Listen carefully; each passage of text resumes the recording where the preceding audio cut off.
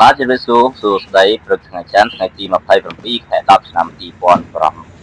បាទអញ្ចឹងយើងមកឃើញពេលព្រឹកឡើងយើងមកបើកតូបតែមិនបានបើកតូបទេមួយមួយចាំនៅមុខតូបរេហើយបាទអញ្ចឹង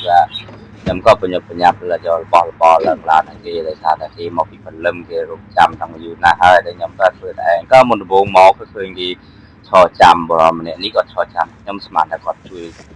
មិនជួយទទួលជួយអីខ្ញុំទៅមកទៅវិញ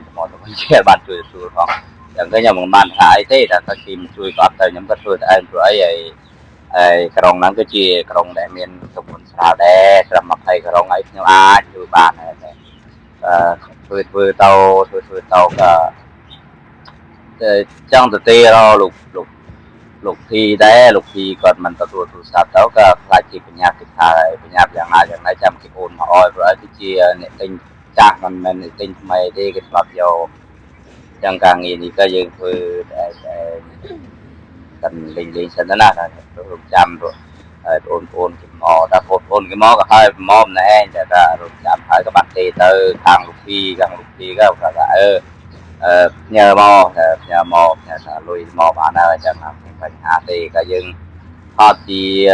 ផតតាមទុកដើម្បីខ្លាចจะមានបញ្ហាហើយក៏ឡើងមកយើងមានផតតាមរបស់យើងត្រឹមត្រូវចឹងណាបាទបងប្អូនយើងតែយើងអាចបាន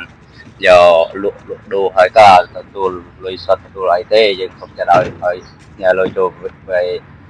កតនីរបស់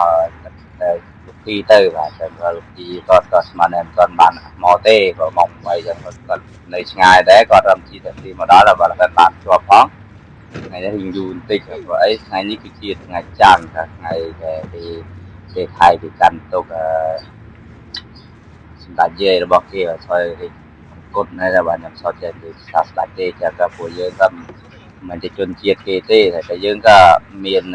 ការកាន់ទុកឲ្យគេว่าយើងរស់នៅផ្ទះគេណោះយើងដឹងស្រាប់ហើយយើងរស់នៅផ្ទះគេយើងជួយកាន់គេទៅបរិបម្នាក់ហ្នឹងក៏បានទៅជួយ